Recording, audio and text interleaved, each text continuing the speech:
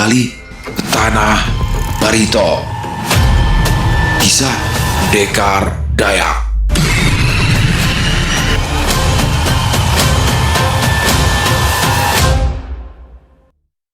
Assalamualaikum warahmatullahi wabarakatuh. Halo semuanya teman-teman, selamat malam. Selamat datang kembali di channel kesayangan kita, channel Ilo Bercerita, dan masih bersama saya Ilo. Dimanapun teman-teman berada, semoga teman-teman selalu dalam keadaan sehat walafiat, tanpa kekurangan satu apapun. Amin, amin ya robbal alamin. Dan pada kesempatan yang baik ini, saya akan membawakan kembali kisah favorit kita semua, kisah Pendekar Dayak. Wow, kisah angkes ya teman-teman ya. Kisah dari Bang Beben atau Ahmad Ben Bella, penulis asal Kalimantan Tengah yang kisahnya selalu kece badai ya. Dan bagaimana dalam episode sebelumnya, Jelai Ekot. Wah, Jelai Ekot ini musuh dari Angkes. Ini sudah mengetahui apa yang terjadi pada keluarganya dan menuntut balas. Dia mencari di mana Angkes berada. Wow. Dan dia juga sudah menunjukkan, dia sudah bertarung dan menunjukkan bahwa ilmunya ini nggak sembarangan teman-teman. Dia memiliki mandau mantike. Waduh, ini dua mandau, disebut mandau betina dan bisa mengeluarkan api dari mandaunya itu. Ngeri banget kan? Apakah yang terjadi selanjutnya? Apakah dia berhasil menemui Angkes atau tidak? Oke, sebelum kita masuk ke dalam kisahnya, buat teman-teman yang mungkin belum subscribe channel Ilo Bercerita, bisa diklik dulu tombol subscribe-nya. Jangan lupa lonceng notifikasinya juga dinyalakan, agar teman-teman selalu mendapatkan notifikasi dari konten-konten yang akan kami upload selanjutnya. Untuk channel Ilo Bercerita, kami upload setiap hari teman-teman, setiap malam jam 9 malam waktu Indonesia bagian Barat. Gak pakai berlama-lama lagi, pasti udah gak sabaran kan untuk masuk ke dalam kisahnya. Kita langsung saja masuk ke dalam kisahnya, kita berangkat ke Kalimantan Tengah. Angkes dan Hanjak tiba pada sebuah sungai dangkal. Airnya jernih dengan batu-batu besar mencuat di tengah arus. Menurut perhitungan mereka, sungai kecil ini adalah tempat yang dimaksud Tambedawan tempo hari. Sekarang, kita hanya harus menyusuri sungai ini ke arah hilir.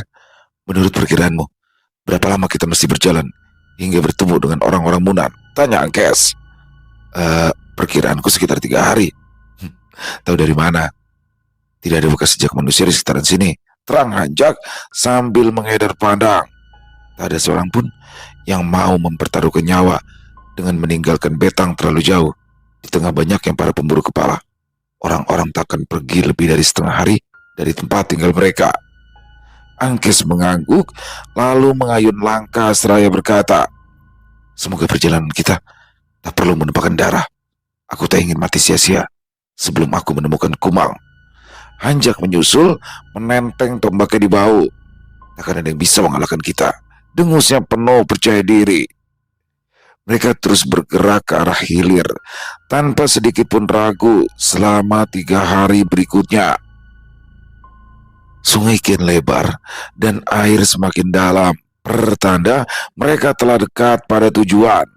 Menjelang tengah hari, kedua pengembara itu mendengar suara garantung atau gong dan kangkanung atau gamelan bertalu-talu dari kejauhan.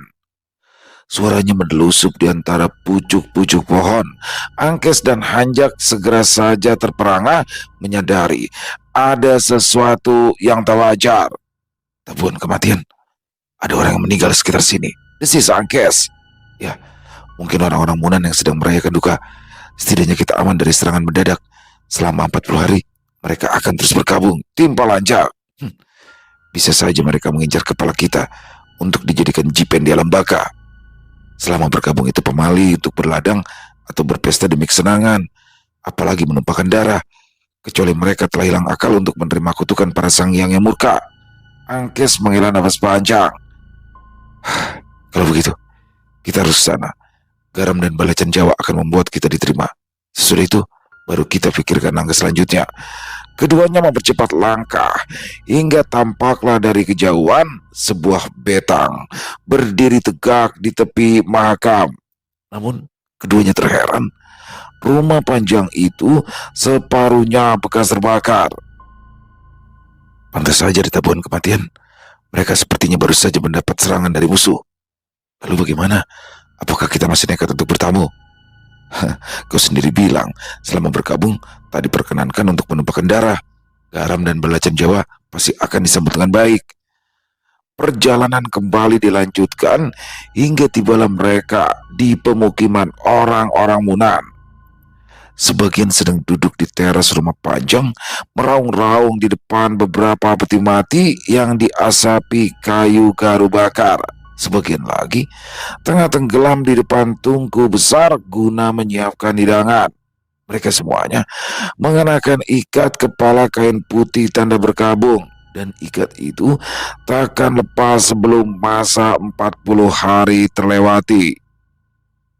Sewaktu Angkes dan Hanjak tiba, kedatangan mereka disambut penuh curiga. Orang-orang itu segera waspada. Dengan mata nyalang, kedatangan tamu tak diundang tentulah tak diharapkan. Akan tetapi, demi melihat daun sirih terikat di masing-masing senjata kedua tamu asing itu, tenanglah mereka. Seorang lelaki mendekat lalu bertanya, "Kalian dari mana? Dan ada keperluan apa melintas di tempat kami?" "Maaf, telah mengganggu waktu berduka kalian. Saya Rawing, dan ini sepupuku Diwak. Kami datang dari jauh, dari aliran Sungai Barito. Kami hendak ke Muara Kaman," jawab Angkes. Dia lalu mengeluarkan satu kati garam, serta setangkup balacan dari tas rotannya. "Jika berkenan, kami hendak membeli salah satu perahu kalian." Lelaki itu terpanjat sembari menelan ludah. Sulit baginya menolak penawaran yang berharga di depan mata. Sudah terlalu lama ia tidak merasakan garam dan balacan Jawa. "Tunggu sebentar," ujarnya kemudian berlari kecil, meniti tangga, lalu berdiskusi dengan salah seorang yang dituakan. Sejurus berselang, ia telah kembali bersama orang tua tadi yang lalu memperkenalkan diri sebagai Suartaja. "Selamat datang di Betang Damang Taja. Aku Suartaja, penerus Likun Taja sebagai damang di Betang ini.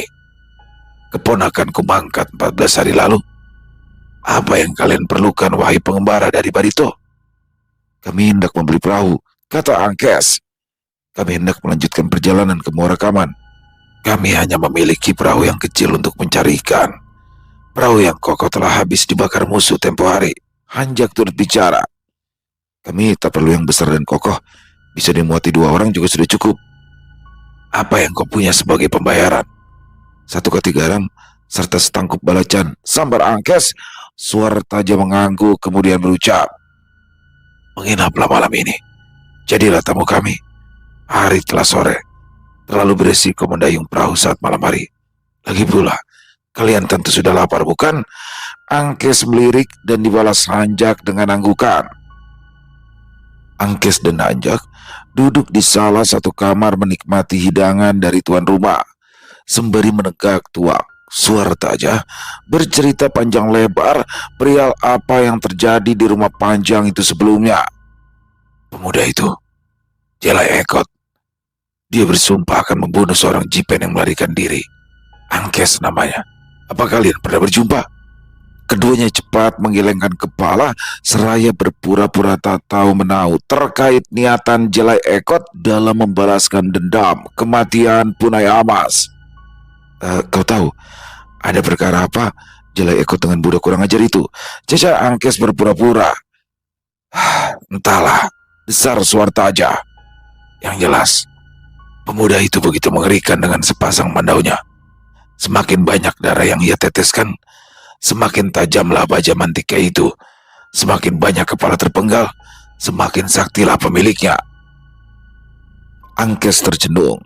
Di atas langit selalu ada langit. Dia merasa bukan apa-apa dibandingkan Jelai Ekot yang menang pengalaman bertarung. Mendengar cerita tuan rumah, Angkes lekas menyadari jurus menyayat angin yang ia baru kuasai bukanlah tandingan Jelai Ekot yang gesit dan juga lincah. Kedua tamu dadakan itu kemudian dikenalkan kepada para penghuni Betang. Dengan rendah hati, Angkes dan Hanjak segera membantu para tuan rumah yang sedang berduka. Mereka turun tenaga, memotong kayu bakar, menyalakan tungku, dan sebagainya. Langit telah sepenuhnya gelap. Pisor atau pendeta melantunkan doa-doa di depan peti mati yang tersusun rapi. Pihak keluarga menangis, meraung-raung, meratapi kematian suami, anak, serta saudara laki-laki mereka. Gong masih saja bergema, mengabarkan duka ke seluruh penjuru mahakam dan hutan sekitar. Di salah satu ruangan, Sirtaja mengumpulkan 10 orang prajurit paling tangguh. Kedua tamu tadi undang itu barangkali sudah tertidur setelah menenggak tuak begitu banyak. Kita harus mengambil kepala mereka untuk menjadi jipen Tuan Likuntaja di alam baka. Selain itu, mereka pasti membawa garam dan belacan dalam jumlah yang banyak, kata Suartaja penuh kepastian. Tapi Damang, membunuh seorang tamu yang mempercayakan keselamatan mereka pada kita adalah perbuatan tercela. Kita akan terkena saluh, dikutuk leluhur hingga roh kita pun tak akan diterima di alam baka, lalu bergentayangan menjadi hantu, sangga seorang prajurit. Apa kau tak memperhatikan? Mereka bukanlah gelandas biasa. Terlalu kentara bahwa mereka telah berdusta. Mereka tak lebih dari orang yang berniat buruk. Bisa jadi mereka sedang berburu kepala, bantah Suartaja. Namun tetap saja mereka seorang tamu yang semestinya kita lindungi. Jika kau berkeberatan, silakan undur diri, tegas Suartaja. Orang-orang itu bergegas mengambil mandau dan tombak, lalu bergerak mengendap-endap. Si prajurit tadi hanya diam saja penuh gelisah. Di depan kamar kedua tamu mereka, Suartaja memberi tanda ke kanan dan ke kiri. Kemudian salah seorang membuka pintu perlahan. Sekejap saja orang-orang itu menyerbu dengan niat membunuh. Akan tetapi prajurit Munan yang licik itu seketika terperanjat. Mereka tidak ada, kamar kosong. Suara-suara terheran dan penuh gerutu langsung saja saling bersahutan. Mereka benar-benar tak percaya. Sesaat sebelum itu, Angkes dan Hanjak masih duduk ketika seseorang datang membawakan lampu damar. Lampu masih menyala, cangkir tuak belum disentuh, bantal jerami masih di tempatnya, namun kedua tamu itu lenyap. Suartaja menghentakkan kaki dan memaki dua orang menjaga kamar kecil itu, namun kedua penjaga itu bersumpah atas nama Ranying Hatala bahwa Angkes dan Hanjak tak mungkin pergi. Tak ada jalan bagi keduanya untuk pergi tanpa terlihat. Jendela sudah diperiksa dan masih terkunci sunduk dari dalam. Apa maksud kalian mereka tidak kelihatan? Mereka hantu, ha? Seseorang mencemooh. Salah seorang yang sedari tadi celingak-celinguk di dalam kamar menyibak di kerotan kemudian berseru. Dari sini mereka pergi. Lihat, papan-papan lantai ini telah lepas. Suartaja menggeram dengan tangan terkepal. Beberapa orang hendak mengejar karena berpikir kedua tamu itu belumlah jauh, tapi ia cegah. Sudah, kedua tamu itu, siapapun mereka sebenarnya, bukanlah lawan yang bisa dianggap remeh.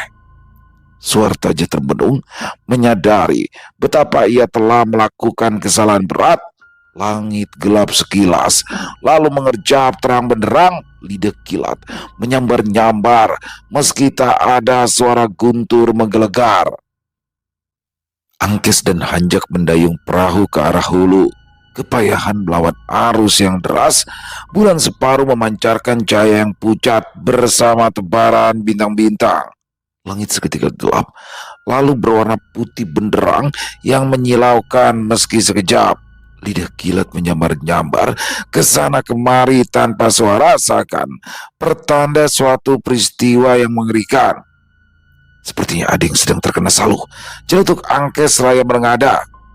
Barangkali itu orang-orang Munan, saut Hanjak. Orang-orang itu tak punya kehormatan. Tanpa rasa malu, mereka menyerang seseorang yang menang adu taji dan kaji. Benar-benar biadab. Meskipun aku tak menyukai Jelekot, dia tetaplah seorang pendekar yang mesti dihormati berdasarkan aturan perang prajurit Dayak.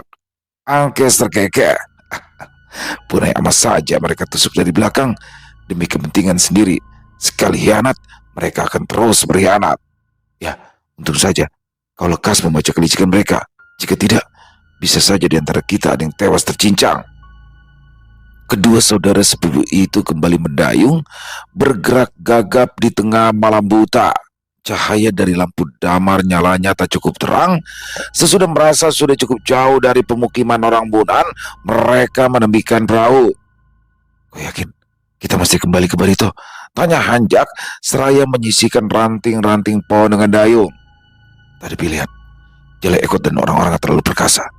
Mau tak mau, kita harus merebut baju raja yang dicuri Kahut. Nanti kau saja yang kenakan. Dengan mandau naga petak di tanganku, kita berdua tidak akan terkalahkan di sentero tanah Dayak. Kurasa kau lebih tertarik menuntut balas atas perbuatannya kepada ayahmu. Ya, dendamku tak akan hilang sebelum berhasil memenggal kepalanya. Sesudah itu, kita akan mencari Kumang meski ke ujung dunia. Hanjak hanya diam saja. Bagaimanapun juga, ia tak punya tujuan selain mengikuti sepupunya itu. Setelah menambatkan perahu pada salah satu batang pohon, keduanya kemudian rebah. Tak berselang lama, keduanya langsung tertidur di dalam perahu yang bergoyang pelan diterjang arus Mahakam. Berhari-hari, Angkes dan Hanjak mendayung perahu ke arah hulu Mahakam. Jika terlihat ada tanda-tanda perkampungan, bergegaslah mereka bersembunyi lalu menanti malam.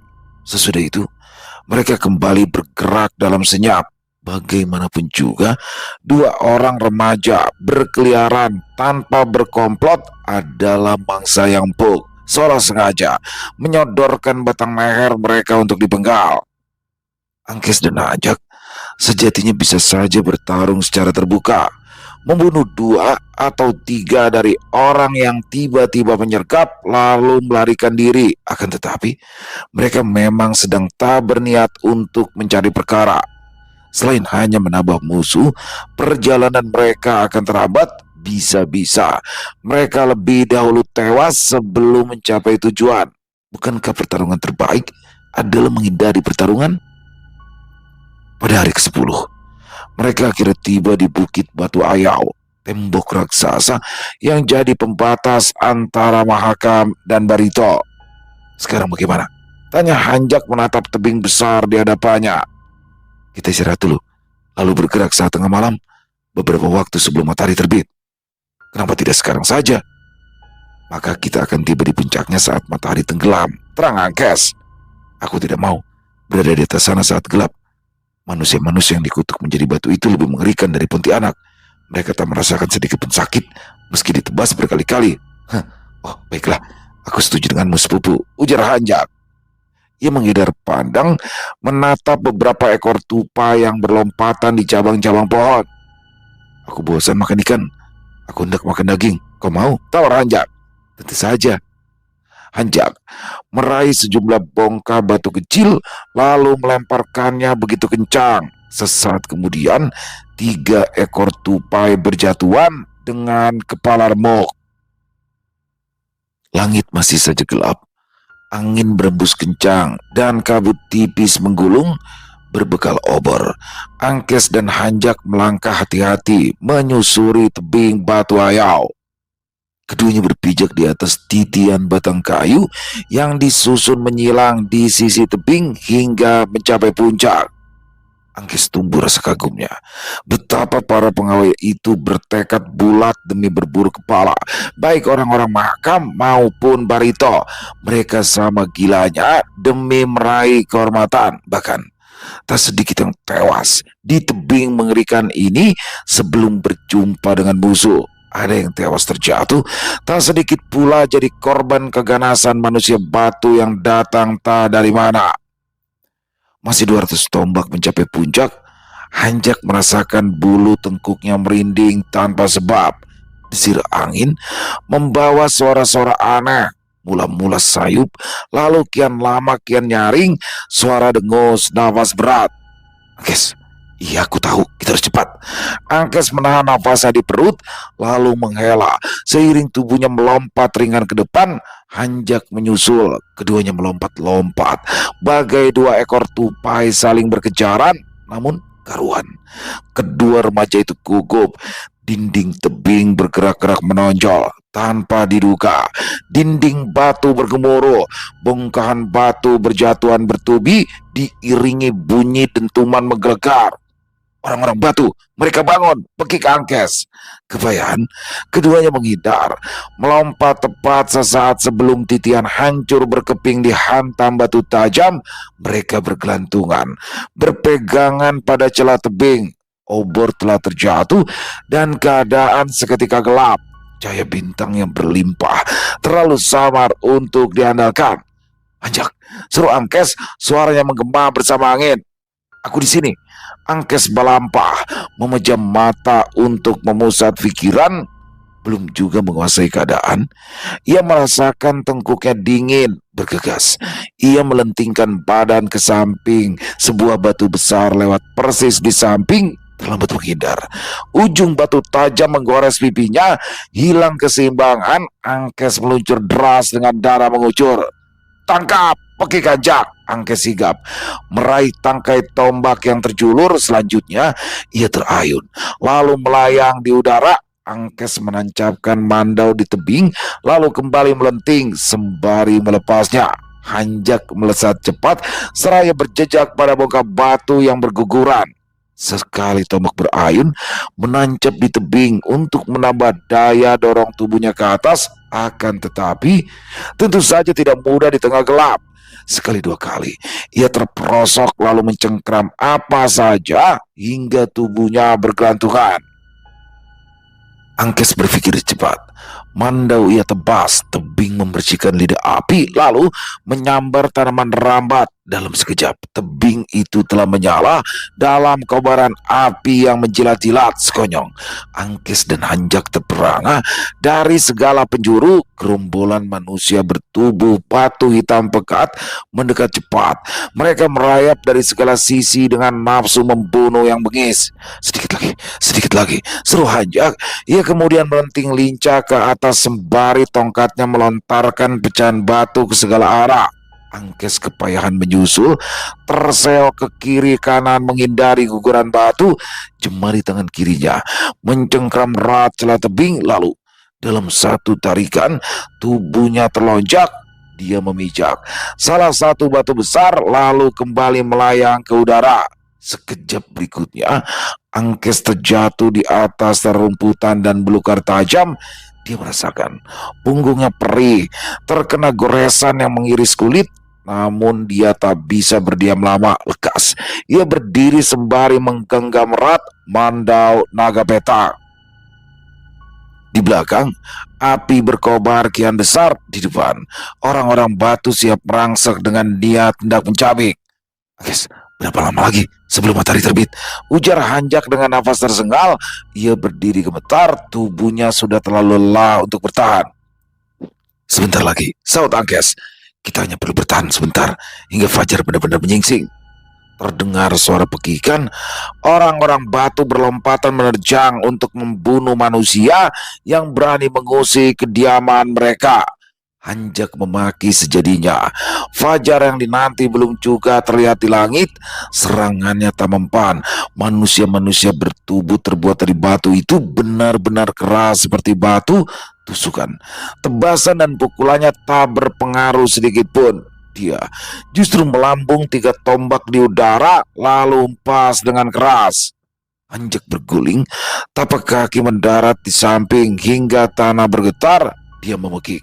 Kobaran api hampir saja menjilat punggungnya. Tak sempat menghindar, Hanjak pasrah tatkala tapak kaki menyasar wajah melesat begitu cepat. Brak! Manusia batu itu hancur berkeping. Hanjak ternganga. Angkes mengayunkan mandau begitu lincah. Satu persatu manusia batu maju. Satu persatu mereka porak-poranda. Sekali dua kali ia menangkis lalu membalik, kemudian berlari, berhenti dan menyerang lagi. Hanjak tertinggal diam. Tombak ia tusuk pada batang kayu yang terbakar lalu dilemparkan sekuat tenaga. Kepingan api beramburan. Makhluk-makhluk itu memekik. Angkes menyeruak. Lalu 3 orang batu pecah terkena tebas. Hanjak kembali menusukkan tombak, memberi kesempatan bagi Angkes untuk menyerang. Akan tetapi keduanya segera saja kepayahan. Nafas mereka tersengal. Orang-orang batu seakan tak ada habisnya. Satu dihancurkan, ratusan lagi datang menyerbu ganas dan beringas. Angkes, kita harus kabur. Makhluk ini tak ada habisnya. Pergi ganja. Tetap di belakangku. Angkes melompat. Seraya berputar seperti gasing. Mandaunya menepas dan menusuk demi membuka jalan. Hanjak mengekor dengan tombak berdesing-desing. Suara baja menghantam besi bersaut-saut. Meski tak hancur, tayal. Orang-orang batu itu terlempar ke sana kemari. Angkes dan Hanjak berjebaku menuju sisi tebing lainnya. Mereka harus secepatnya mencapai sana karena orang-orang batu semakin banyak berdatangan. Di sisi kanan, dinding api kian membesar, membakar belukar, merambat cepat tertiup angin. Sedikit lagi, 10 langkah, seru Angkes lantang. Namun sial, Angkes terpelanting lalu terjerembab. Ia tak sempat berkelit saat tinju yang keras menghantam rahangnya. Terhuyung ia berdiri, menancapkan mandau di tanah. Mendadak, ia terpaku dengan mata melotot. Umai, jeritnya tak percaya. Angkes hilang kekuatan. Sewaktu sosok ibunya yang telah menjelma menjadi batu menukik dengan tangan membentuk cakar tajam. Angkes mematung. Cakar-cakar itu melesat menyasar jantung. Angkes terguling. Hanjak menerkamnya tepat sebelum cakar merobek jantung. Tanah tersibak. Sosok wanita itu melolong karena terjangannya lepas dari sasaran. Dia sudah bukan ibumu, teriak Hanjak mencengkram lengan sepupunya. Angkes berontak, mengayunkan mandaunya serampangan. Hanjak karuan menangkis, menyilangkan tombak secepatnya. Ia terlempar, tangkai tombaknya bergetar hebat. Dia tak pernah mengira Angkes memiliki kekuatan semengerikan itu. Dia merinding. Telat sekejap, badannya akan terbelah dua. Umai, disangkes. Dia berdiri diam. Mandau di tangan telah terlepas. Pikirannya berkecamuk.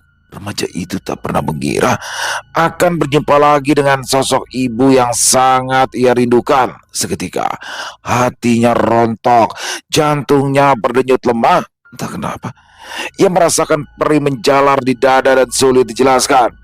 Mai, ini aku anakmu, Mai, ujarnya sekali lagi dengan bulir air mata di pipi. Sosok wanita batu itu berdiri dengan rambut berkibar.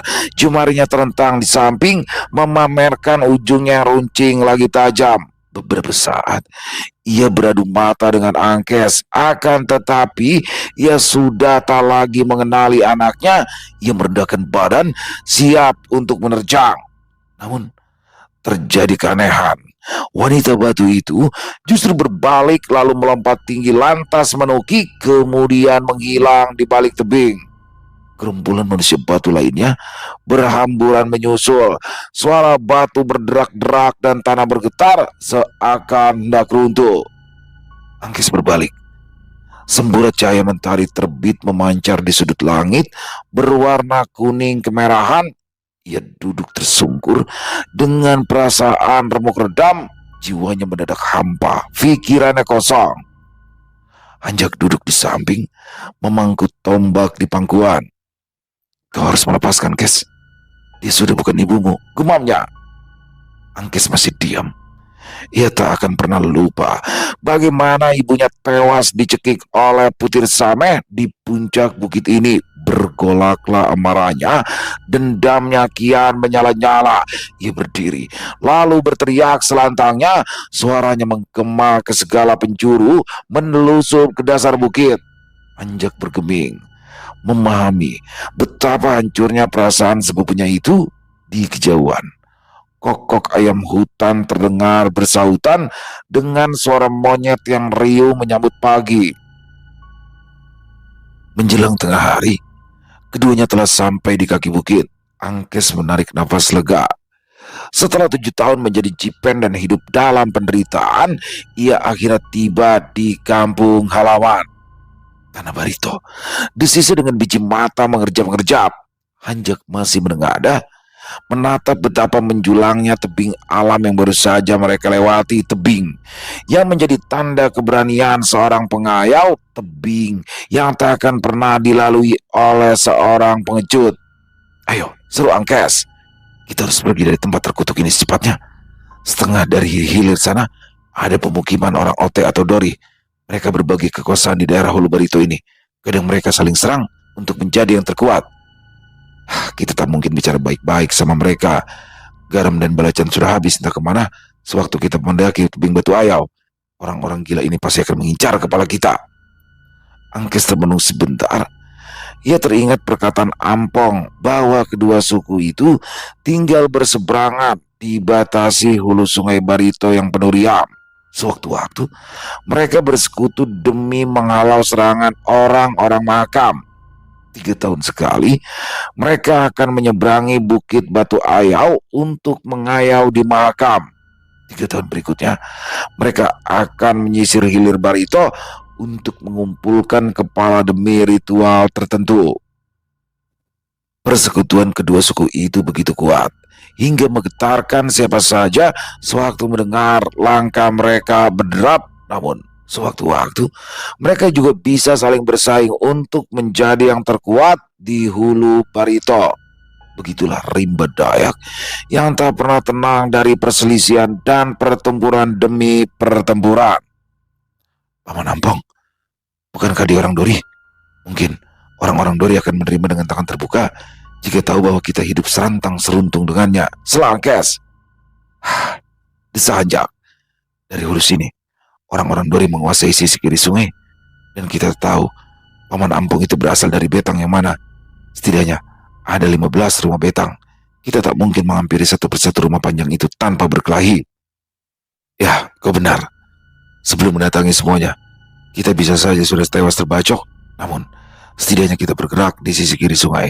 Kita curi salah satu perahu mereka saat malam hari, lalu melanjutkan perjalanan. Kau tak harus mendapat upah atas pengkhianatannya 7 tahun yang lalu. Angkes dan Hanja kembali bergerak, menyusuri rimba, menyibak belukar lebat yang tingginya melebihi orang dewasa. Mereka kemudian berlompatan di atas batu-batu besar, menghindari cipratan air terjun yang bergemuruh. Sesampainya di seberang, mereka tak membuang waktu barang sebentar. Mereka terus mengayunkan langkah hingga sungai Barito perlahan semakin lebar. Maaf, aku hampir menebasmu semalam, ujar Angkes memecah kesunyian. Hanjak justru terkekeh. Tak kukira tenagamu begitu kuat. Empasan anginnya saja membuatku terjungkal. Angkes tersenyum, namun tetap saja ia merasa bersalah. Sekali lagi dia mengucap beribu maaf. Sudah, jangan terlalu dipikirkan. Jika berada di posisimu, aku juga mungkin akan lepas kendali, ujar Hanjak datar. Keduanya kembali melanjutkan perjalanan, menyusuri pantai sungai bertanah coklat kehitaman. Burung-burung berkicau, serangga bersautan, monyet melengking di tengah belantara yang luas. Mata Hanjak berbinar sewaktu melihat buah cimpedak teronggok di antara rerumputan. Bergegas ia meraih, lalu giranglah hatinya. Angkes, lihat apa yang sudah ketemukan. Buah cimpedak sudah matang, pastilah rasanya sangat manis. Angkes merenung sejenak, mengamati sekitar. Firasatnya mengatakan ada yang tidak beres. Apa kau tidak heran? Sekarang itu belum musimnya buah-buahan. Lagi pula, tak kulihat ada pohon cimpedak di sekitar sini. Siapa yang peduli?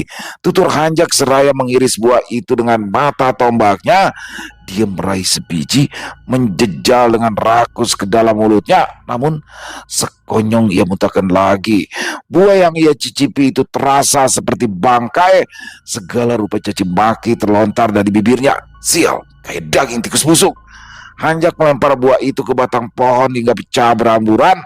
Angkes terbahak demi melihat ulah sepupunya. Akan tetapi keduanya mendadak membeku.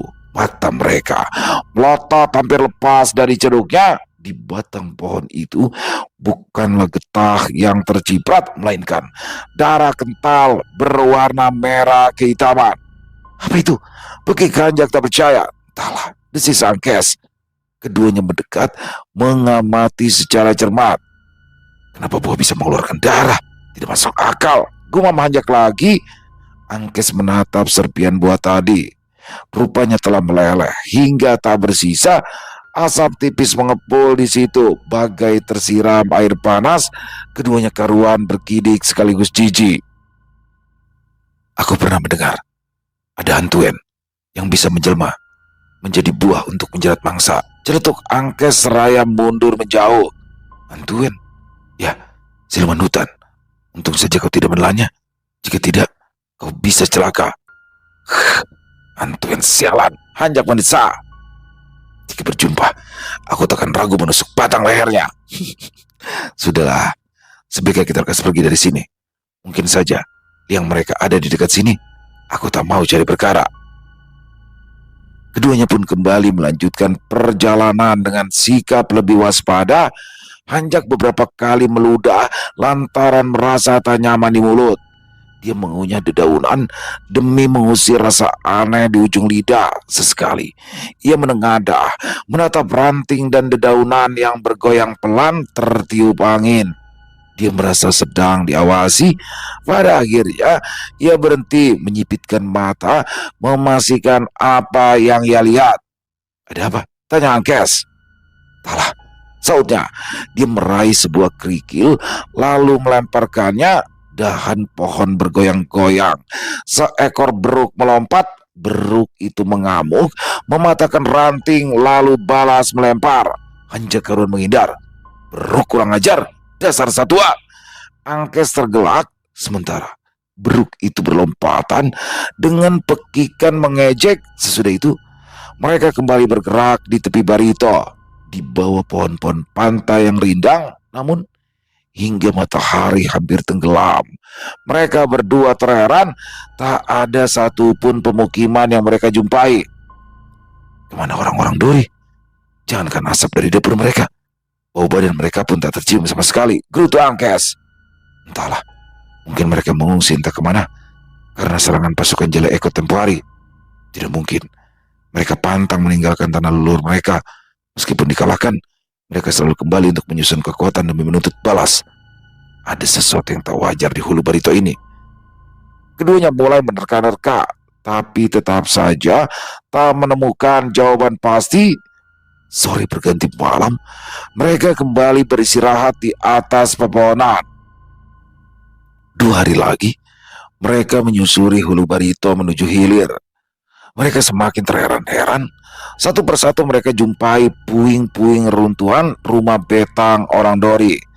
Tembok kayu pelindungnya telah rata dengan tanah, dan hari ini mereka menemukan rumah betang kelima dalam keadaan porak-poranda, seolah pemukiman itu mendapat serangan dahsyat.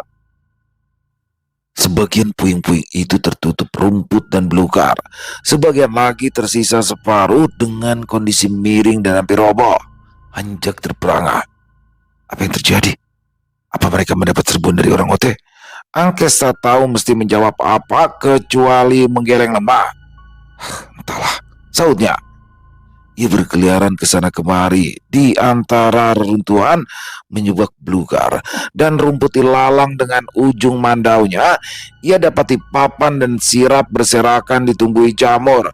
Tak ada tanda bekas terbakar. Rumah panjang itu hancur berkeping, semacam dihantam batu ukuran raksasa. Sungguh aneh. Apa mungkin mereka melarikan diri karena tanah bergerak? Akan tetapi itu masuk akal. Tanah bergerak biasanya hanya sebentar. Meski mampu meruntuhkan rumah dan gunung, tak mungkin mereka meninggalkan kampung halaman karena bumi sedang marah.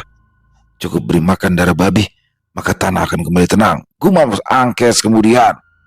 Perasaanku tak nyaman. Sambung aja. Dilihat dari keadaannya, rumah betang ini sudah ditinggalkan selama berbulan-bulan, mungkin lebih dari setahun. Angkes menghela nafas. Sungguh mencurigakan. Bisa jadi hal ini yang membuat Jala Ekot kembali ke Mahakam dengan tangan hampa. Tak ada musuh yang bisa mereka penggal kepalanya. Justru prajurit yang habis disikat orang-orang batu di atas sana. Seharusnya dia tewas saja di atas bukit terkutuk itu. Selama ada Putir Same dan Siun di sampingnya, bajingan itu sulit untuk dikalahkan. Imbu Angkes. Apalagi kemampuan kuntaunya sekarang begitu mengerikan.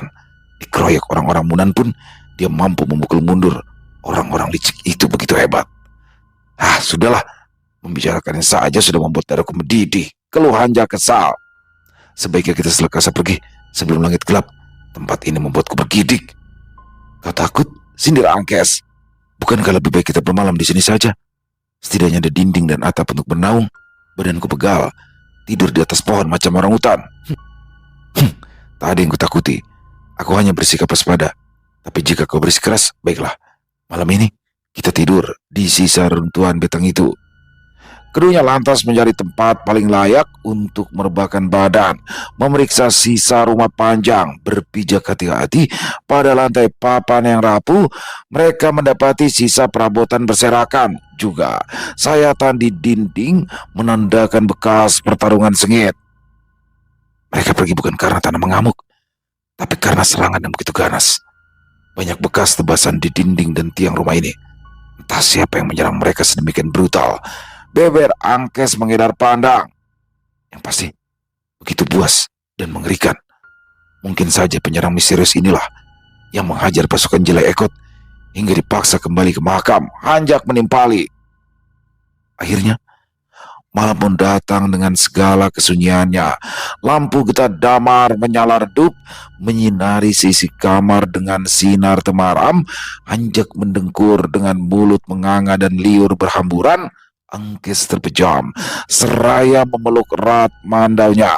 Tanpa mereka sadari, ada sepasang mata yang selalu mengawasi gerak-gerik kedua remaja itu dari balik pucuk pohon yang rimbun. Sepasang mata dengan taring dan cakar tajam, makhluk mengerikan yang gemar memangsa manusia mentah-mentah. Selesai. Wow, luar biasa. Kisah Angkes, kisah pendekar Dayak. Waduh, ini akhirnya Angkes dan Hanjak memutuskan untuk ke tanah Barito dulu, ke tanah kelahiran mereka. Dan mungkin mereka tujuannya untuk mencari sekutu ya. Suku-suku yang dulu bersekutu dengan suku mereka. Tapi di situ mereka mendapati satu keanehan nih teman-teman nih. Dari tempat-tempat yang dulu menjadi pemukiman. Karena udah bertahun-tahun kan, belasan tahun nih Angkes dan Hanjak nggak balik ke tempat itu. Dan ternyata sudah banyak yang berubah. Bahkan tempat suku Dori, tempatnya dari Paman Ampong, ini sekarang sudah tidak berpenghuni seperti desa mati. Waduh, ini masih menjadi misteri nih. Apa sih yang terjadi di sana? Dan di sini juga Angkes dan juga Hanjak ini sudah mengetahui nih bahwasanya Jelai Ekot sudah mulai mencari mereka. Wah, dan di sini juga sudah mengetahui Angkes dari orang yang mereka temui bagaimana kedahsyatan mandau milik Jelai Ekot. Wah, ternyata itulah di atas langit masih ada langit ya teman-teman ya. Tapi bukannya takut, ya di sini sama-sama dendam dong. Jelai Ekot jelas dendam karena Angkes telah membunuh Punai Amas. Tapi di sisi lain, Angkes juga dendam sama Jelai Ekot atas perbuatannya dulu ketika dia menjadi budaknya. Makin seru aja nih. Pengen apa ya, nggak sabar ya. Pengen buru-buru bertemu. Dan jangan lupa di sisinya Jelai Ekot itu ada Putir Sameh. Waduh, wanita sakti yang selalu melindungi Jelai Ekot. Makin seru aja kisahnya. Keren pakai banget nih Bang Beben. Terima kasih atas kisahnya yang luar biasa. Ditunggu lagi untuk Bang Beben kisah selanjutnya. Dan semoga teman-teman terhibur ya dengan kisah pendekar Dayak di kitab 2 ini. Buat yang suka dengan videonya, bisa diklik tombol like-nya, tombol jempolnya, tombol hype-nya juga dibantu diklik dong. Biar video ini bertambah viral. Dan boleh juga dibantu di-share link videonya ke teman-teman yang lain agar juga ikut merasa terhibur. Buat yang punya komentar lain, bisa menuliskannya di dalam kolom komentar ataupun hanya sekedar saling menyapa. Insya Allah kami akan menjawab satu persatu.